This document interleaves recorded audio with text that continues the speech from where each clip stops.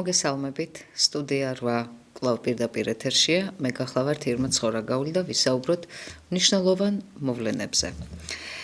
ახლა უსმენდი საინფორმაციოს და ბატონმა პრემიერმა, ბატონმა კობახიძემ ბრძანა, რომ ჩანაცვლებით თერაპიაზე ხელი აღარ მიუწვდებათო კერძო პირებს, ანუ ადამიანები, ვინც ნარკოდამოკიდებულები არიან, იცით თქვენ, რომ ქვეყანაში მოქმედებს ასეთი პროგრამა ჩანაცვლებითი თერაპია, ანუ ადამიანს ეძლევა საშუალება, რომ ნელ-ნელა გამოვიდეს აი ამ მდგომარეობიდან და დაუბრუნდეს ჩვეულ ცხოვრებას და ამისათვის გამოიყენება სხვადასხვა პრეპარატები და ამას ეძახიან ჩანაცვლებით თერაპიას. მე მივესალმები რა თქმა უნდა ამ პროექტს, მივესალმები იმას, თუ კი ხელშეწყობა იქნება იმისათვის, რომ ადამიანებს ადვილად აღარ მიუწვდებათ ხელი ნარკოტიკებზე, თუმცა ვფიქრობ, აქ როდესაც საუბარია ამ ჩანაცვლებითი თერაპიის გამოჯანსაღებაზე, უნდა ავიწყდება ბატონ პრემიერს და ჩვენს ხელისუფლებას, რომ აუცილებელი და ძალიან მნიშვნელოვანი პუნქტია იქ შესატანი იმასთან დაკავშირებით, რაზედაც მე არაერთხელ მისაუბრია და ეს არის საგანგაშო ფაქტი, რომ იმის მაგივრად, რომ ადამიანი გაჯასახდეს და ვთქვათ, თავისი ნარკოდამოკიდებულება ნელ-ნელა ჩაანაცვლოს სხვა პრეპარატებით, რომელსაც ეს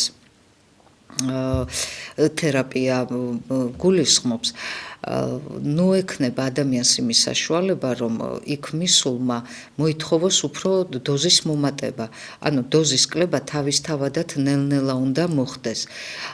ნუ ექნებათ იმის უპირატესობა იმ ადამიანებს, რომ ადვილად შეეძლებოდეთ თვითონ რამდენიც უნდა იმდენი მოითხოვონ. თქვათ, არ ვიცი ახლა მე იქ დოზირება როგორ ხდება, მაგრამ ვიცი, რომ ძალიან ადვილად შეუძლიათ ადამიანებს, რომლებიც მისულები არიან ვითომ და სამკურნალოდ, წესით ეს დოზირება ხო უნდა ნელ-ნელა შემცირდეს, ის პრეპარატების მედიკამენტები, რომელსაც ამ ჩანაცვლებით თერაპიაში მათ აძლევენ, მათ შეუძლიათ ადვილად მოითხოვონ უფრო დიდი დოზა და მათ ამას აძლევენ. ანუ ადამიანი უფრო და უფრო მეტად დამოკიდებული ხდება ახლა იმ პრეპარატებზე, რომელსაც ეს ჩანაცვლებითი თერაპია მოიცავს.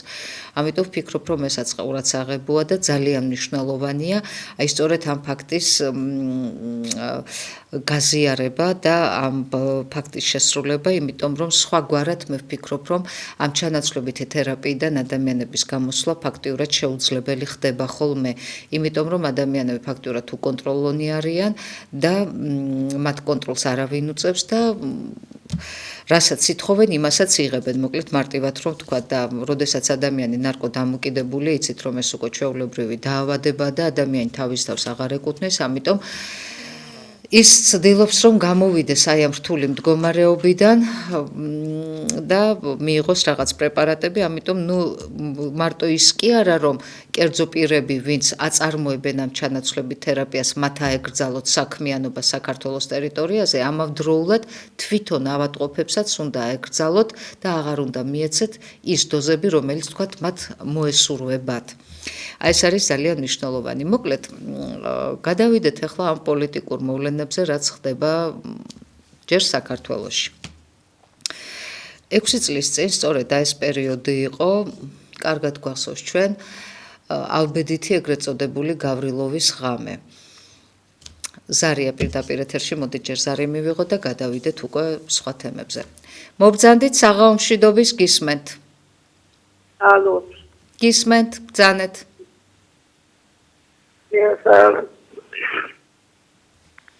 უშვა რაღაც მაწუხებს ვერ გამოვდივარ თქვენთან. ისაუბრეთ, ქალბატონო, პირდაპირ ეთერში ბრძანდებით, ბრძანეთ. ხო, დიახ, გავიგე. მე მაინტერესებს ერთი შეკითხვა მაქვს, მე მაინტერესებს ეხლა თულუკიანის კომისია რო არის შექმნილი, ამიტაც ძალიან ხშირად გამოზიდათ. რატომ არ ახსენებთ ის დანაშაული არ არის, რატო არ იძიებენ ჩვენი ანაბრები რო შეჭამეს და არაფერს აღარ ამბობენ. ჩემი ახალგაზრდობის პერიოდში რომ ჩემ თავს ავყარავდი 20-30 ლარს და ის შემქონდა სალაროში რომ რა ბინა მინდოდა და რა ვიცი 1000 რაღაცისთვის და ესეთნაირად დაადო ყადაღა 88 წელში თუ 9 წელში შევარდნაძემ და ვეღარ გამოვიდა. რატო ერთ სიტყვას არავინ არ ამბობს ამაზე? არა რიგას გამოიძიონ ეს საქმეც ის გოგორიშვილმა რომ განხილულ საბუთებში შეაცურა ის სტრასბურგიდან მოტანილი რომ გაიტანეთ პარლამენტზე და ხალხსა თავის ფული დაუბრუნეთო. ერთი ეს მათგას, ერთი კიდე მინდა ყველა პენსიონერს მივმართო 70 წლისაც კი ვინც არის ახლა პენსიონერი, იმასაც კი სალაროში ფული ქონდა. განამარტო ქართველებსო და საქართველოში ყველა მოსახლეთა ქონდა ფული და არაფერს არ ამბობენო თავიდან ფეხის ფრჩხილებამდე რომ საქართველოს მოსახლეობა და ხალხმა მაშინ ბანკებით და ფული შეიტანა რომ გამოიწვანა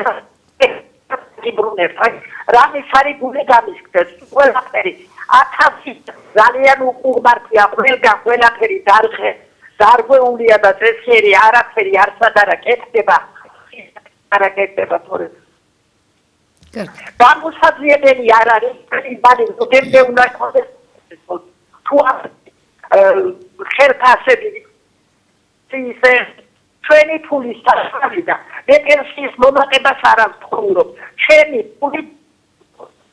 ფული რომელიც ანტის შემქონდა ეს 40 წელიწადი ვიმსახურე გასაგებია მადლობა ქალბატონო ზარისთვის დიახ ეს ყბათ აღებული ანაბრები მოკლედ მე მახსოვს ქართული ოცნება რომ მოვიდა მაშინ ხალხი იმედით ველოდით თვლიდით რომ ძალიან ბევრი დადებითი ცვლილებები იქნებოდა და მათ შორის ეს ანაბრების თემაც ძალიან ესე მკვეთრად წამოიწია თუმცა ვხედავთ რომ ძალიან ბევრი უსამართლობა ხდება ფაქტიურად ყველა იმედი რაც ქონდა ჩვენ ქართული ოცნების მიმართ ნელ-ნელა ჩაგვეფუშა 2012 წლის შემდგომ და მათ შორის ეს ანაბრების თემაც მიჩვენა და რა თქმა უნდა ქალბატონო გეთანხმებით მინდა გითხრათ რომ მიშა სააკაშვილმა მიიღო კანონი ამ ანაბრებთან დაკავშირებით და გახსოვთ თქვენ აი ეს გარდამავალი ფული რომ შემოიღეს რუსული მანეთის შემდგომ მანამ სანამ ლარზე გადმოვიდოდით იყო კუპონები თუ გახსოვთ აი სააკაშვილმა მიიღო კანონი რომლის მიხედვითაც აი თქვათ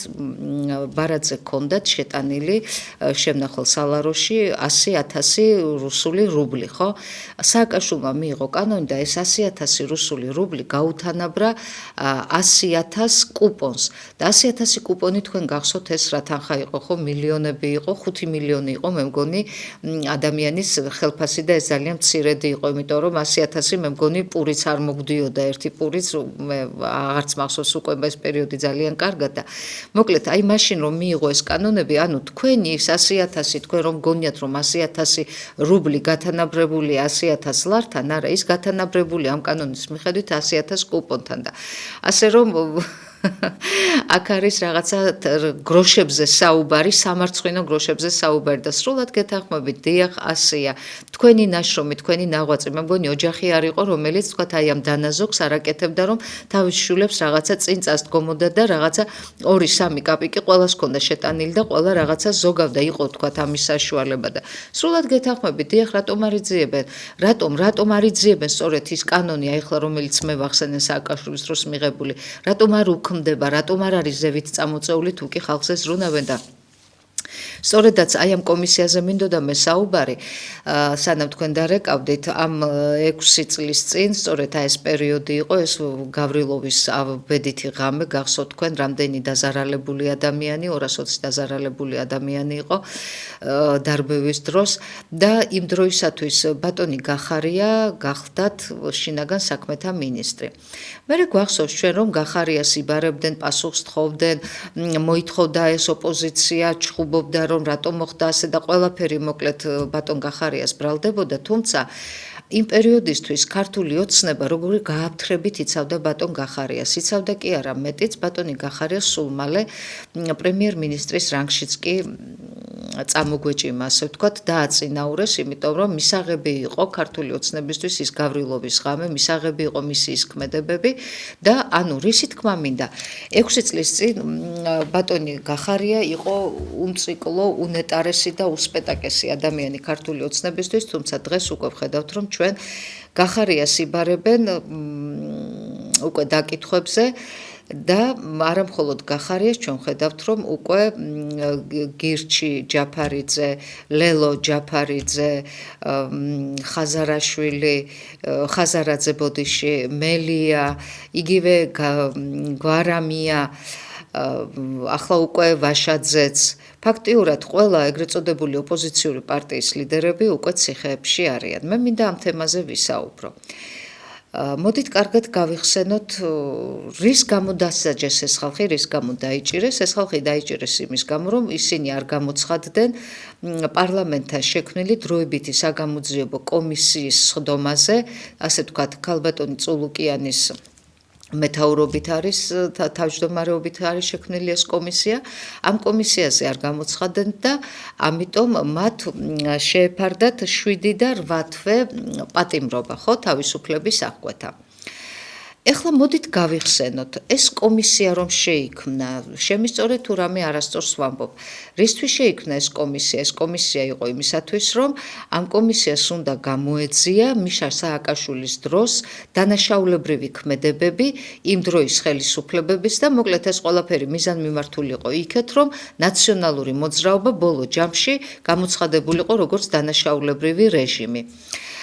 თუმცა ჩვენ ვხედავთ, რომ თითქოს და უკვე ამ კომისიამ ყველაფერ საქმე გამოიძია, რაც 2012 წლისთვის შესული იყო პროკურატურაში, მიშას დროს ჩადენილი დანაშაულებების შესახებ და უცბად გამოაცხადა, რომ ჩვენო ვაგრძელებთო ვადასო, მივიღებთო დადგენილებასო და არა მხოლოდ მიშას დროსო, არამედო აქეთაცო უკვე ჩვენს დროსაც დანაშაულებრივი ქმედებებიო.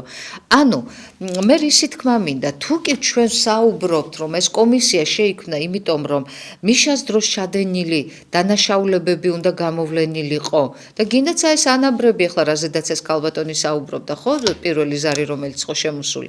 აი ეს დანაშაულებრივი ქმედებები, რაც იყო ჩადენილი მიშას დროს, ხო?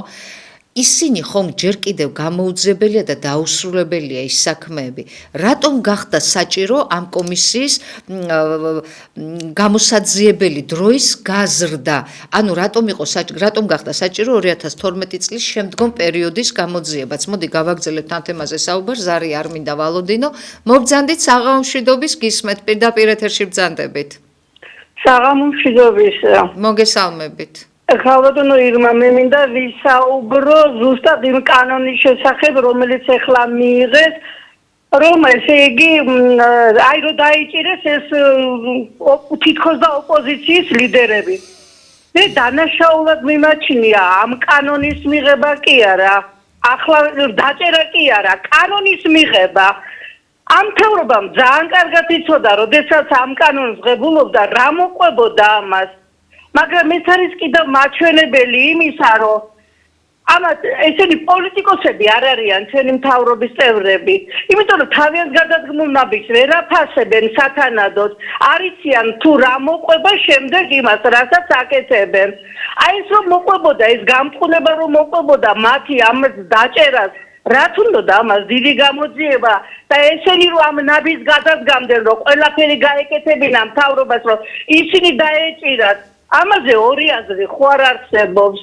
აი ყველაფერში დამნაშავე არის ეს მთავრობა და ეს უნდა გავიგოთ. ესენი უნდა წავიდნენ, სხვა გზა არ არსებობს. გაიხარეთ, ორმესი მადლობა. ჩემო ძვირფასო ქალბატონო, მინდა გითხრათ, რომ ჩვენ ახლა სამართლებრივ შეფასებაზე და სამართლებრივ მხარეზე თუ ვიმსჯელებთ, არის საქმე, ხო, ადამიანმა ჩაიდინა დანაშაული და მას იბარებს პროკურორი, გამომძიებელი, იბარებს ადამიანი არ მიდის, მეორეთაც იბარებს ადამიანი არ მიდის. რა ხდება ასეთ დროს? იგი იძულებით მიყავთ ხოლმე, იძულებით. ეხლა აღმოჩნდა, რომ ქალბატონი წულუკიანის კომისია პროკურორზე და საგამოძიებო ნაწილზე უფრო მაღლა დგას. ანუ მასთან რომ არ გამოცხადდნენ, მის კომისიაში რომ არ გამოცხადდნენ, ამისათვის პატიმრობა მიესაჯათ. ანუ ჩვენ ვხედავთ, რომ ეს ხელისუფლება უკანონობასაც კი აკანონებს. ეს არის ყოვლად მიუღებელი და ყოვლად დაუშვებელი.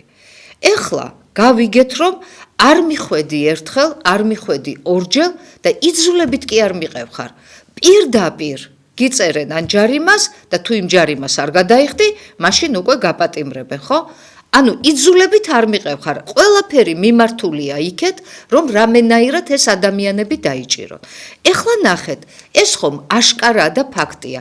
ეს ხალხი ხომ არ არის საუბარი ამ ადამიანების, ვინც დღეს დაკავებულია, ეს ადამიანები იმ გვარამიას გარდა, რომელსაც მართლა ძალიან ბევრი დანაშაული აქვს და იგივე ის ტელევიზიების დარბევის და აი ამ მედიას დარბევის და პროკურორი იყო ბოლოს და ბოლოს კაცი და რამდენი დანაშაული აქვს, ხო? რეალურად ამის გამო კი არ დააპატიმრეს, არამედ ჩასვეს 7 თვით, იმიტომ რომ ქალბატონი წულუკიანის კომისიაში არ მივიდა. ანუ მივდივარ ისე ვიქრობ, რისთვის გახდა საჭირო რომ ის მიშას დანაშაულებრივი ქმედებებს გასცდა უკვე ეს კომისია და დაიწყო უშუალოდ აი ამ ადამიანების დასაპატიმრებელი საქმეები. ანუ იცოდნენ რომ ესენი არ მივიდოდნენ, არ გამოცხადდებოდნენ და ამიტომ ესენი უნდა დაეჭირათ. ეხლა მე მინდა ვისაუბრო იმის შესახებ, თუ რატომ უნდათ ამ ადამიანების დაჭერა, თქვენთან ერთად მინდა ეს განვიხილო, იმიტომ რომ ჩემთვის ეს არის დიდი გაურკვევლობა და დიდი ბურუსით მოცული საქმე, თუმცა ჩემს მოსაზრებას მოგახსენებთ, მხოლოდ ზარს მივიღებ ჯერ და შემდეგ გავაგრძელოთ საუბარი. მოგესალმებით საღამომშვიდობის ბრძანეთ, პირდაპირ ეთერში ხართ. მე მაინტერესებს. ალო. გისმენთ ბრძანეთ საღამომშვიდობის. აი მე მაინტერესებს მაგალითად ყველაფერი სახელმწიფო მონება ვინც მაიგდობს ეს შევადნაძის დროს მას თოქირის მუშაკიო მიყავი ქონდა უამრავი ქონება სადეწავიდო ჩიქნის მოსახლეობის სოფლის მოსახლეობის 80% იყო ნეპალი რომელსაც ეკუთვნოდა ეს სიტუაციის ქონება და აბსოლუტურად არ არის ფაქტი არ მივიდია არ იმასა და ჩაიგდო ვიღაცამ შეძლო რატო იმის ამბობენ ვისა ვინც იმას ქონება ვისთანავე მოდორარი ან გიბრუნებენ არ გიბრუნებენ მაგ არ არსებობს და ის მაინც გაგონია ვის შეჭამა და რატო შეგვიწამა ეს ქონება გასაგებია მადლობა ზარისთვის, აგერ კიდევ ერთი შეწუხებული ქალბატონი, რომელიც დიდ გაუგებრობაში და გაურკვევლობაში და უამრავი ასეთი საქმეა კიდევ, ხო? ითხოვს პასუხს, ჩვეულებრივ პასუხს ითხოვს თავის ძალიან ვფიქრობ ლეგიტიმურ შეკითხვაზე. მოკლედ, რატომ იჭერენ ახლა აი ამ ეგრეთ წოდებული ოპოზიციის ლიდერებს, მეც მაინტერესებს, ნამდვილად მაინტერესებს თქვენი მოსაზრებაც მაინტერესებს, იქნებ დარეკოთ, ვისაუბროთ ამ თემებზე.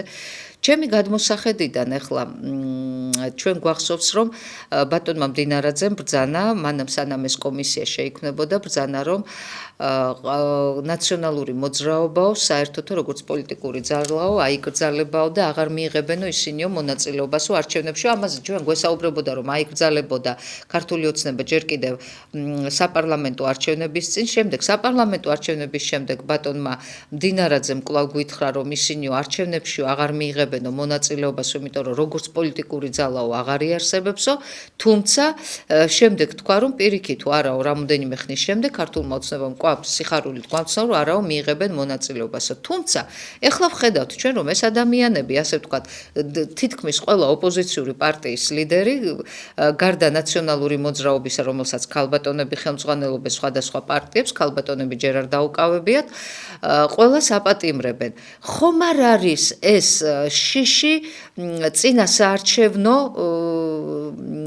მარათონისა წინა საარჩევნო შიში ხომ არ არის ეს ქართული ოცნების მხრიდან ხომ არ ეშინია მას ამ ადგილობრივი არჩევნების და ყველანაირად ცდილობს რომ მოიშოროს ეს ასე ვთქვათ ოპონენტები ზარია პირდაპირ ეთერში მობრძანდით გისმენთ პირდაპირ ეთერში ბრძანდებით საღამომშვიდობის ქალბატონო ირმა მოგესალმებით მე წერან ფორმულას არხზე ვუსმენდი რომ თურმე მას რაფიან ფორმულას არხს აფრინეს წერილი ტრამპის ადმინისტრაციიდან რომ დღეს საგამოძიებო კომისიაზე თურმე როგორ ილაპარაკეს ნაციონალურ მოძრაობაზე აი თინა ბოკუჩავაზე და ყველაზე ვიზეც ლაპარაკობდნენ სალომე საბანდაშვილზე ის რაფია მაკა ბოჭორიშვილი მაგრამ მე ჩვენ ხალხი უსმენთ და მაკა ბოჭორიშვილი ხომ ლაპარაკობდა ფაქტებით კაცო ფაქტებით სახელს ასახელებდა გვარებს ეხლა თქვენ რომ არ ბრძანდებოდით იქ ბრიუსელში თქვენი სახელი და გვარი ქალბატონო ირმა ხო არავინ აქცენა მე ეხლა ამით ისი თქმა მინდა იცით ესე იგი აი სულ ყველაფერს ხო ჩადიოდნენ ხოლმე ეს ოპოზიციონერები და ხოსულ ამბობდნენ რომ დაასანქცირეთ მთავრობა ხო მართალია ვიზა ლიბერალიზაცია შეუწყვეტეს ხო საქართველოს მოსახლეობაზე იყო ლაპარაკი მთავრობაზე ხო არა რა რო გამოდიან და ლაპარაკობენ ახლა ოპოზიციურ არხებზე რომ ჩვენო ჩვენთან იყო მაკაბოჭორიშვილიო ნაციონალი იყო მესმის მაგრამ ფაქტი ხო მართალი იყო ხო ჩადიოდნენ გეკითხებით ქალბატონო იმა როცა მოუჩები და ხო ამბობდნენ რომ დაასანქცირეთო დღემდე და ეს ქალბატონი მაკაბოჭორიშვილი ხო ფაქტებით ლაპარაკობს ასახელებს გვარებს საახელებს ესენი მეთუთიბრად უარყოფენ კაცო რომ ჩვენო ეს რა ქვია ტრამპის ადმინისტრაციამო ყუბელი უსვაო და იმენ ვიღაცებს ასახელებენ მოკლედ თან უარყოფენ თავიანთ ჩადენით ქმედებებს მე რა თქმა უნდა არავის დაჭერა არ სიამოვნებს და არავინ არ ცოდვა ყველა მაგრამ შენ საქართველოს აზიანებ და მე ისევ გამოდიხარ და შენ მოსახლეობაზე ლაპარაკობ ეხო არ შეიძლება შენ თავრობაზე რომ ლაპარაკობ ჩვენ თავრობაზე მე მესმის რომ ჩვენი მოსახლეობის ჩვენი თავრობა არ ვარგა ჩვენ ბევრი შენიშვნები გვაქვს ბევრს ლაპარაკობ ჩვენი გასაჭირის გამო მაგრამ შენ ოპოზიცია რომ ხარ რატომ აზიანებს შენს ქვეყანას ესე იგი შენთვის რომ მოხვიდე თავრობაში იყვე კეთილდღეობაში არ გაინტერესებს მე ასე ხვდები რომ ათ ოპოზიციებს აინტერესებს მოსახლეობა და ათ დღევანდელ თავრობას და აი ესე არიან რა მოკლედ ერთმანეთის კინკლასში და ფაქტები კი არის რომ მართლაც ასე იყო როგორც ჩადიოდა საქართველოსზე და ნაშებოდა ასმენ და ოპოზიციონერები და მოიყვანეს მაგალითების სახელით და გვარებით რაში რა არის ამაში გაუგება და როგორი მასალა უკიბრად მე არ ვიცი რა მადლობა მოსმენისთვის მადლობა თქვენ ქალბატონო ზარისთვის ძალიან სწორი შეფასებისთვის დიახ სულ ჭეშმარიტებას ბრძანებთ დიახ იყო დღეს საუბარი იმის შესახებ რომ ქალბატონი თინა ბოკუჩავაც ქალბატონი სალამე სამადაშვილიც და ბევრი სხვები კიდევ ესე ვთქვათ ეგრეთ წოდებული პოლიტიკოსი ქალბატონები ჩადიოდნენ მაშინ როდესაც ამ ვიზა ლიბერალიზაციაზე იყო საუბარი და უფრო მეტად გააქტიურდნენ ძალიან მაშინ როდესაც ჩვენ უკვე წევრობაზე იყო საუბარი ანუ კანდიდატი ვიყავით და გავხდარიყავით თუ არა წევრი ქვეყანა გახსოვთ თქვენ უკვე ზაფხულში რომ განიხილებოდა ეს თემა სულ ჭეშმარიტებას ვძანებთ კი ეს არ არის ახალი რომ ნაციონალური მოძრაობა და ნაციონალური მოძრაობები აი ეს ადამიანები ყველანი ერთად ჩემთვის როგორც ნაციონალური მოძრაობა მე ვინმეს კი არ ვამართლებ ახლა მე ვსაუბრობ უბრალოდ არასწორ მიდგომებზე და არასწორ პოზიციაზე და არასწორ გამოხატულებებზე ეს ადამიანები ნამდვილად როგორც ქვეყანის შიგნით ისე ქვეყნის გარეთ შადიან სახელმწიფოებრივ დანაშაულებებს ისინი ანტისახელმწიფოებრივად მოაზროვნე ადამიანები არიან და ეს გახლავთ ის პოლიტიკური ძალები ეგრეთ წოდებული ოპოზიცია რომელიც ქართულმა ოცნებამ გააცოცხლა და თავის ნომერ პირველ ოპოზიციურ ძალად დაასახელა და ოპონენტად დაასახელა მას ასე სურდა და ამაში ნუ რავინ შემედავება ეს ხალხი ყოველთვის სახელმწიფოს საწინააღმდეგო ქმედებებს აკეთებენ. დიახ, დღეს უკვე საუბარი რომ იყო უკვე ქალბატონებზე, სავარაუდოდ ამ ქალბატონებსაც დააკავებენ, მაგრამ ჩემო ძვირფასო ქალბატონო, მე თქვენ არაფერში გედავებით, 100%-ით ყველაფერში გეთანხმებით, მაგრამ ჩემთვის, როგორც პოლიტიკოსისთვის, როგორც ამ ქვეყნის მოქალაქისთვის, სრულიად მიუღებელია ის ფორმა და ის დაკავებები, რა მეთოდით და რა გზითაც ხდება ამ ხალხის დაკავება. მე სხვა რამეს ვამბობ, ნახეთ, მაშინ როდესაც ეს ბოკუჩავას სახელი და ეს სამადაშვილის სახელი დღეს პირველად არ გაჟღერებულა. ქალბატონ განსაკუთრებით ქალბატონ სალომე სამადაშვილზე ძალიან აქტიურად საუბრობდა ქართული ოცნება ამ 2 წლის წინ რომ აი ესეო პირდაპირ ვიცითო რა კაბინეტებში შედიოდაო რა აღარ მახსოვს მე რომელიღაცა და არაერთი მაღალჩინოსანი რომელიც იმ დროისათვის ბრიუსელში იმყოფებოდა თავისი თვალით რაც ნახეს თავისი ყურით რაც მოისმინეს სწორედ ისინი საუბრობდნენ ქალბატონ სალომე სამადაშვილზე ეს ძალიან კარგად მახსოვს და აი სწორედ მაშინ გამოვხატე მე ძალიან დიდი აღშფოთება ეს იყო 2 წლის წინ ძალიან დიდი აღშფოთება მე პირდაპირ ეთერში და არაერთგზის მოუწოდე ხელისუფლებას რომ თქვენ დალოცვილი შვილებო თუ კი იცოდით რომ სამადაშვილი და სამადაშვილები იმისათვის იყვნენ ჩამოსულები ბრიუსელში რომ ქვეყნის საწინააღმდეგო ქმედებები უნდა შეესრულებინათ თქვენ თუ კი ეს იცოდით ეხლა რომ ჩამოხვედი და ამბათ მე მიყვები და მოქალაქეს ამით მაღიზიანებ და მაბრაზებ და სულ მაზისყებ იმ ადამიანებს და მე კი არ უნდა მიყვებოდი ამას შენ მაშინ უნდა დაგეკავებინა ეს ხალხი პირდაპირ ფაქტზე უნდა დაგეკავებინა ის კი არა რომ ეხლა რაღაცა კლოუნიადას მიწყობ და აი ადვილი გამოსავალი იპოვე რა რომ აი არ მოხვედი ჩემთან კომიტეტზე, არ მოხვედი ჩემთან დაკითხვაზე, აი მე პროკურორზე მაღლა ვდგევარ და პროკურორი თუ არ დაგიჭერს და ის მხოლოდ ძალდატანებით მიგიყვანს, მე პირდაპირ ციხეში გიშვებ. აი ეს ფაქტი არ მომწონს თვითონ, ანუ ეს არის როგორი დადგმული შოუ, როგორი დადგმული სპექტაკლი. ან თუ არა და კიდევ ერთხელ ვამბობ, შენ თუ შენი სავარძლის გამყარებაზე არ ზრუნავ მარტო ეხლა მე ხელისუფლებაზე მაქვს საუბარი, ხო? შენ თუ მხოლოდ შენი ხელისუფლების ვადის გაგრძელებაზე არა გაქვს საუბარი. შენ თუ არჩევნების არ გეშინია. შენ თუ არ გეშინია იმის, რომ 2000 როდის იყო ეს წინა 2017-ში არა, ბოდიში 2021-ში, 2021-ში რომ იყო ეს ადგილობრივი არჩევნები. იცით თქვენ რომ ქალაქი თბილისი პირწმინდად ყველა უბანი წააგო ქართულმა ოცნებამ, ხო? იქნებდა კვლავ შენ ისევ ამისი შიში გაქვს, რომ შენ გასცდი უკვე მიხეილ სააკაშვილის დროს გამოსაძიებელ საქმეებს და მიადექი ეხლა აი ამ საქმეებს, რომ ვითომ ეს უფრო სასწრაფოა და ეს უფრო დიდი დანაშაულებებია. ხალხო, ჯერ ის საქმეები, ან რომელ დანაშაულებებზე და რომელ საქმეებს იძიებთ. დამისახელეთ მიშას დროს ჩადენილი დანაშაული, რომელიც საჯაროდ იქნა გამოტანილი და თქვენთვის და ჩვენთვის უცნობი იყო. ეს ყველაფერი ხო უკვე გამოძიებულიც არის და ხო უკვე დასრულებული შენი ახლები მოიძიე. ანუ შენ ეს დაარქვი ამ კომისიას, რომ მიშას დროინდელ ამბებს გამოვიძიებო, თუ არა, რეალურად შენ გინდოდა აი ამ ხალხის მოშორება, აი ამ ძალიან დაბალი, მდორე ხარისხის რაღაცა პოზიციებით. ზარია კვლავ პირდაპირ ეთერში ბრძანეთ გისმეთ. მოგესალმებით. ხალბატონო ირმა, თქვენი ხმა არის მის ეთერში. გათიშულია თქვენი ხმა. აჰა, მადლობა, ტექნიკურ ჯგუფს მინდა მივმართო, გთხოვთ გაასწოროთ ჩემი ხმა არის მის ეთერში. მოკლედ მე გავაგრძელებ საუბარს, იმედია გესმით.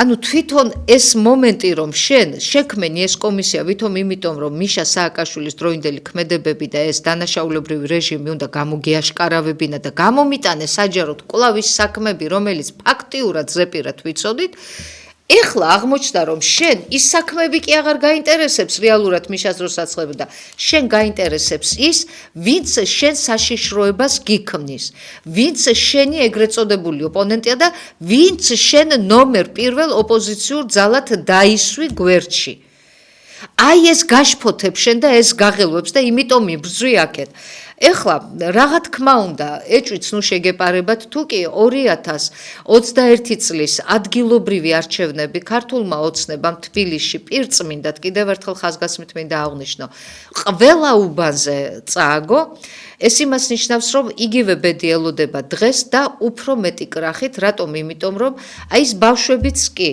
რომელიც უკვე 200-ზე მეტი ხანია გარეთ ქუჩაში დგანან და იბრძვიან იმისათვის რომ ის რაც ქართულმა ოცნებამ ასწავლა დაანახა და უთხრა რომ ევროპა კარგია და ევროკავშირში მივდივარ და უცებ რომ უთხრა რომ არა ცუდიაო და ბავშვები რომ ამაზე გაბრაზდნენ აი ეს ბავშვები ვინც გარეთ არის გამოსული და სრულად აპოლიტიკური ბავშვები მერწმუნეთ ეს ბავშვები დარწმუნებული ვარ რომ იშვიათად რომელიმე რომ ყოფილიყო არჩევნებზე წასული ყველა წავა ეხლა ამ არჩევნებზე და ყველა ქართული ოცნების საწინააღმდეგოდ მიცემს ხმას აი ამის ეშინია ქართულ ოცნებას ხელისუფლებას. ყველანაირად ცდილობს ახლა ქართული ოცნება, რომ სხვა მეტი გზა ის კი არა, რომ მე კარგი ხელისუფლება ვიყო, ის კი არა, რომ მე გარე მოვაჭრებს სული არ ამოვხადო ხელში, ის კი არა, რომ მე ჩემ ხალხთან ვისა გავიდე ხალხში, ვესაუბრო, დავუყვავო, რაღაცით დავეხმარო, ხო?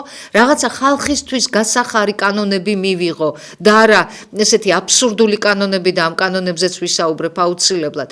ის კი არა, რომ ხალხის ყოფა, ეკონომიკა გავაუმჯობესო, უმუშევრობა შევამცირო.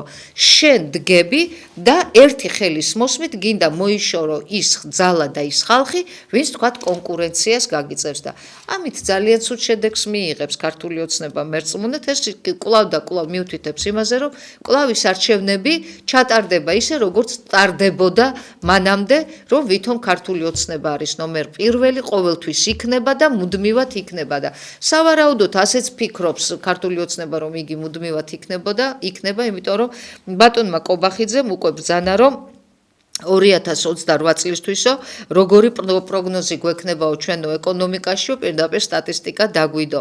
ესე იგი ქართული ოცნება ფიქრობს და სურს მას, რომ თავისი ხელისუფლებაში ყოფნის ვადა უსასრულოდ გაიზარდოს. თუმცა ნუ დაგვავიწყდება, რომ თავის სახელისუფლებო ვადებზე მან ჯერ კიდევ 6-7 წლის წინ დაიწყო საუბარი და მას ჰქონდა გაწერილი გეგმა 2036 წლამდე.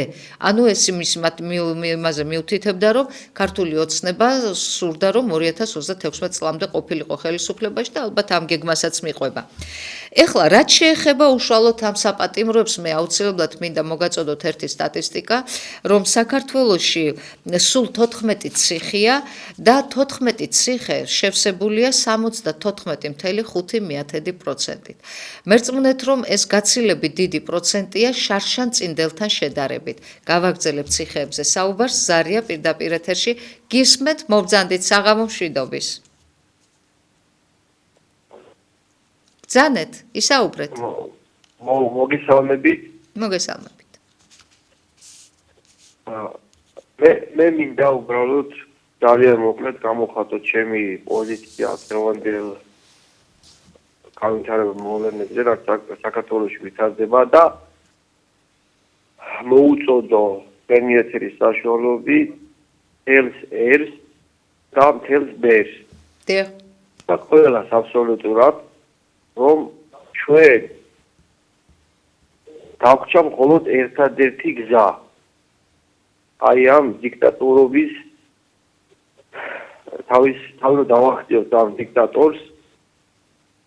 ეს არის აგრესიული ძალადობა. მხოლოდ და მხოლოდ აგრესიული ძალადობით პირდაპირი გაგებით თუ ჩვენ ხელში არ ავიღეთ ხმალი და არ დაუპირისპირდით ამას ფიზიკურად, ესენი ჩვენ ყველას დაგვიჭერს აბსოლუტურად ყველას. თქვენ ხალხო, თქვენი ტელევიზია აღარ იარსება ცოტა ხანში. აი თუ გჯერათ იმის რომ თქვენ იქნებით ეთერში ძალიან ხდები. და ეს ელოდება ყველას. ივანიშვილის რეჟიმი არის მოძალადე. ჩვენ თუ არ დაუპირისპირდებით აგრესიული ძალადობით ამ დიქტატორს, არაფერი არ გვეშველება. აი ეს მინდა რომ ყველამ გაიგოს. სამწუხაროა, მაგრამ აი მივედით უკვე იმ ბოლო მომენტამდე, სადაც ხდება უკვე ქვეყნის ბედი. კარგი. მადლობა გენეცალი, მადლობა. მოკლედ ძალადობა უნდა დაუპირისპირდეთ, სხვა გზა აღარ არის. იცით რა, ეს ძალიან რთული მომენტია, გეთანხმებით სრულიად, მაგრამ ძალიან სწორი შეფასება იმისა, რომ მეც მომადგებიან, თქვენც მოგადგებიან, ყველას მოადგებიან, იმიტომ რომ ეს კანონები არ მიიღება მხოლოდ ნაციონალური მოძრაობებისთვის და აი ამ დღევანდელობისთვის, ეს კანონები მიიღება სამომავლოდ. და ამიტომ ამ მომავალში ვართ ჩვენც, ჩვენი შვილებიც, ასე რომ ყველას კარზე დაიჩოქებს კვლავ ის აქლემი, რომელიც იჩოქებდა მიშას დროს. მერწმუნეთ, ავტოკრატიიდან ჩვენ უკვე დიქტატურაში გადავდივართ. მოკლედ ახლა მე საუბრობდი ამ ციხებთან დაკავშირებით და 74.5%-ით არის ეს ციხეები შევსებული. Სულ არის 9100 ადამიანი დაპატიმრებული და ძალიან საოცარი ფაქტია. Ამ 9100 ადამიანიდან ყოველი მეათე უცხოელია. ანუ დაახლოებით 1100 ადამიანი გახლავთ უცხოელი. იცით ეს საოცრება და 402 ქვეყნიდან 110 უცხოელი ქალბატონია. 402 ქალბატონიდან, ქართველი პატიმარი ქალბატონიდან 110 უცხოელია. ეს იმაზე მიუთითებს, რომ უკონტროლოა სრულად ჩვენი საზღვარი, ვინ შემოდის, რა კატეგორიის ხალხი შემოდის. ასე გაგიშვებენ ამერიკაში, აი მოდით ვიმსჯელოთ ახლა ამერიკის საელჩომ უფრო მეტიც მოითხოვა ჩვენგან, რომ თუ კი ვინმე სურვილი გექნება თუ ამერიკაში წასვლისო, საელჩოში რომ მომბრძანდებითო, აუცილებლადო თქვენი სოციალური ქსელიც კი მისაწვდომი უნდა იყოსო და აი იმ სოციალური ქსელიდანაც კი უნდა გამოგიძიონ ვინახარ, სხვაგვარად თავის ქვეყანაში არ გიშვებენ. ანუ შენ რომ ყოველი მეათე პატიმარი უცხოელი ყავს და ქალში კიდევ ფაქტიურად მესამედი ქალბატონი უცხოელია, ეს უკვე იმაზე მიუთითებს, რომ სრულად უკონტროლოა ჩვენი საზღვარი, ვინ შემოდის, ვინ გადის. ეხლა ვსაუბრობთ ჩვენ ამ კანონზე და იცით რა, მინდა გითხრათ, რომ არამართლზომიერი კანონები მიიღება. ეხლა მე მინდა ვისაუბრო იმ კანონის შესახებ, რომლის მიხედვითაც ფაქტიურად ჩვენ ყველა სიტყვას გვიწონიან, ყველა სიტყვას გვიზომავენ და გვეუბნებიან, რომ ეს თქვით და ეს არ თქვათ. ეხლა როდესაც საუბრობთ იმაზე, რომ სიტყვა მონა გახლავთ სტატუსი, საზოგადოებრივი სტატუსი, არალეგიტიმური სწორედაც გახლავთ რეჟიმი, ეს გახლავთ პოლიტიკური ტერმინები. ანუ მე ქართული ოცნება მეუბნება, რომ რაღაცა პოლიტიკური ტერმინები მე არ მომწონს, რაღაცა სოციალური სტატუსის სიტყვები მე არ მომწონს, მე არ მოეწონება ვთქვათ რაღაცა წითელი ფერი, მე არ მოეწონება ვთქვათ რაღაც პროდუქტის სახელი არ ვიცი მე და აი ესე ყველა სიტყვა უნდა აგვიწონონ, ყველა სიტყვა უნდა დაგვიზომონ და ამავდროულად ქართული ოცნება იღებს კანონს იმასთან დაკავშირებით, რომ თუ კი საჯარო მოხელეს მიმართ გამოყენებული იქნება ეს სიტყვები, მაშინ ადამიანები დაისჯებიან და უკაცრავად და რატომ არ არის ნახსენები იგივე კანონში, რატომ არ გამოხატავს ხელისუფლება აღშფოთებას, როდესაც ლანძღავენ სასულიერო პირებს, გნებოთ ჩვენ ისტორიულ გმირებს.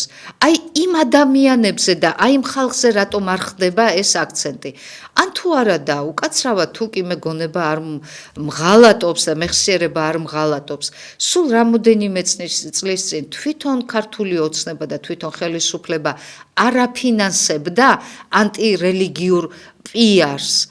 სწორედაც ჩვენი მამაოების სალანძღავ პიარს. სწორედაც ამ ხელისუფლების დროს არ იყო, რომ ეს სასულიერო სკოლები რომ დაარბიეს და დაარბევინეს და ვისი ხელისუფლების დროს ხდებოდა ეს და ვისი ხელისუფლების დროს იყო, რომ ზუსტადაც ჩვენ პატრიარქს ასეთი რამ არ მსმენია, არ გამიგია, არ ვიცი მე, რა არ დასწამეს, რა არ აკადრეს, პატრიოტ ალიანსმა აქციაც კი მოვაწყეთ, უზარმაზარი აქცია მოვაწყეთ, სწორედ ოპერის სასახლის წინ შევიკრიბეთ, მაშინ თუ გახსოვთ, არ ვიცი მე, და სწორედ მე ვიყავი ერთ-ერთი სიტყვით გამოსვლელი იმ აქციაზე, როდესაც ჩვენ მოვუწოდებდით, რომ პატრიარქის მიმართ არ შეიძლება ასეთი შეურაცხყოფები და ზოგადად საეკლესიო პირების მიმართ და მაშინ ხელისუფლება დუმდა ხმას არ იღებდა. მაშინ მე კარგად მახსოვს ის აქცია, რომელიც პატრიარქის მხარდასაჭერად ჩვენ ჩავატარეთ, ეთერებშიც კი არ გასულა და იგივე იმ სახელისუფლებო, კარგი, არ ვამბობ, რომ ის სატანისტები და სატანისტური ტელევიზიები, ვიღაცები, რა ვიცი მე, ვინც არიან, როგორც არიან, ღმერთმა ყველას თავის გზაზე გაუმარჯოს, არც მაინტერესებს. ისინი რომ ამას არ გააჟღერებდნენ ამ პატრიოტულ აქციას და სად იყო მაშინ სახელისუფლებო ტელევიზიები? რატომ ისინი არ აშუქებდნენ მაშინ ჩვენს ბრძოლას და ეს მხოლოდ ერთი აქციით კი არ შემოიფარგლა. წლებია სწორედ აი ამ ეთერიდან, სწორედ ობიექტივის ეთერიდან ჩვენ გვიწევს ჩვენი ისტორიული გმირების, აი რომლებსაც ძმები ბერძენიშვილები ლაფს დაასხავენ და უკაცრავად თქვენთან და ვიღაც თავზე ხელაღებულ უნამუსო დედაკაცს მოუნდება და პრეზერვატივებზე უკაცრავად თქვენ ჩასახვის საწინააღმდეგო ამ საშუალებებზე ჩვენ თამარ მეფის სურათებს რომ გააკრავს. იმ ხალხს რატომ არ აგებინებთ პასუხს? თუ მარტო თქვენთვის არის შეურაცხყოფილი სიტყვა რეჟიმი, სიტყვა არალეგიტიმური, გაყალბებული არჩევნები, მონა, თურმე ეს ყოფილა ყველაზე ცუდი და ყველაზე საშინელი. არა ბატონებო, როდესაც პატრიარქს გვილანძღავდნენ, აი ეს იყო ჩვენთვის ყველაზე ცუდი. როდესაც გიორგი სააკაძეს გვილანძღავენ, აი ეს არის ჩვენთვის ყველაზე ცუდი. როდესაც თამარ მეფე მსოფლიოში აღიარებული პოლიტიკური ფიგურა და ჩემთვის, როგორც პოლიტიკოსისთვის ყველაზე მისაბაძი პოლიტიკოსი ქალბატონი, აი იმას მილანძღავენ, ხო? აი ეს არის ჩემთვის მიუღებელი და ის არის ჩემთვის ძალიან ცუდი და ის არის ჩემთვის აღმაშფოთებელი, ისევე როგორც ყველა ჩვენი ტელემაყურებლისთვის ახლა დარწმუნებული ვარ, თუ კი ვინმე პატრიოტი ტელემაყურებელი მიყურებს, ამას აუცილებლად დამეთანხმება ამაში. ახლა მე კიდევ ერთი თემა ვფიქრობ მოვასწრებ თქვენთან, ეს გახლავთ ის, რომ მე ვისაუბრე იმის შესახებ, რომ ბატონმა კობახიძემ ბრძანა, რომ ჩვენო 2028 წლისთვისო ხელფასებსაც მოვუმატებთო და აუცილებლადო უმუშევრობის დონეცო შემცირდებაო და შიმშილობაო დაახლოებით 4%-მდე დავაო. თუმცა მე მინდა გითხრათ, ეხლა აგერ მაჩვენებენ რომ 2 წუთი დამჭა, მაგრამ ეს სტატისტიკა მინდა გაგაცნოთ. მოკლედ არსებობს საშუალო ხელფასები, ანუ საშუალო არითმეტიკული გამოთვლილი, ანუ ყველას ხელფასი 500 ლარია თუ 5000 ლარია, ყველას ერთიანობაში ჯამდება და ეს იყოფა თუ რამდენი ადამიანი იღებს ამ ხელფასს და გამოყავთ საშუალო და მეორე გახლავთ ეს მედიანი ხელფასი. მედიანი ხელფასი ეს უკვე სხვა ტარიფით ითვლება, ეს გახლავთ ის დაბალი ფენა, რომელიც ცოტა ხელფასს იღებს და მეორე ნაწილი იღებს მაღალ ხელფასს. მოკლედ, აი ამ საშუალო არითმეტიკულის მიხედვით 2025 წლის პირველ კვარტლის მიხედვით ჩვენ გვეუბნება სტატისტიკა, რომ 11.7%-ით, ანუ დაახლოებით 226 ლარით მოიმატა ჩვენმა ხელფასმა და შეადგენს 2170 ლარს. ანუ ჩვენი საშუალო ხელფასი ყოფილა 2170 ლარი და საფინანსო და სადაზღვეო სფეროში ხელფასი შეადგენს 5515 ლარს, ხოლო საინფორმაციო 4163 ლარს. კიდევ ერთხელ ვამბობ, ეს გახლავთ საშუალო, თუმცა, როდესაც მე ვსაუბრობ ამ მედიან ხელფასზე, მინდა გითხრათ, რომ აქ უკვე სხვაობა 30%-ია და რეალურად ჩვენი ხელფასი გამოდის 1000 ლარზე ნაკლები, ეს არის 460 დოლარზე კიდევ ნაკლები დაახლოებით. ანუ ის რომ ჩვენ გვეუბნებიან რომ ჩვენი საშუალო ხელფასი აი საშუალო არითმეტიკულით რომ გამოყავთ და აი პარლამენტარების ის ძალიან მსუყე ხელფასი, იქ პროკურორის ძალიან მსუყე ხელფასი თუ საჯარო მოხელების ძალიან მსუყე ხელფასები, ეს ყველაფერი რომ ლაგდება, ამის მიხედვით გვეუბნებიან რომ გააქვთო 2000 ლარიო საშუალო ხელფასიო, თუმცა რეალურად ჩვენ გვაქვს 1000 ლარი და უფრო ნაკლები იმ გარდა იმ გამონაკლისებისა, რომლებიც არიან იმ ასე თქვა მსხვილ ხელფას ამღებები. ასე რომ ეს სტატისტიკა და ეს პროცენტები, ეს არის ფურცელზე დაწერილი რაღაცა სისულელეები და მე ვერავინ ვერ დამარწმუნებს იმაში, რომ ქართული ოცნება რეალურად რაღაცას აკეთებს იმისათვის, რომ ჩვენი ეკონომიკა გაძლიერდეს და ჩვენ ფეხზე დავდგეთ და ჩვენ გვქონდეს იმის საშუალება, რომ ჩვენმა შვილებმა, შვილიშვილებმა წესიერად ისწავლონ, მათი სწავლას ფული საფიქრალი არ იყოს და ყოველდღიური პურის ფული საფიქრალი არ იყოს. მე გემშვიდობებით, დიდი სიყვარული, დიდი პატივისცემით მომავალ 4 შაბათამდე, ღამენებისა.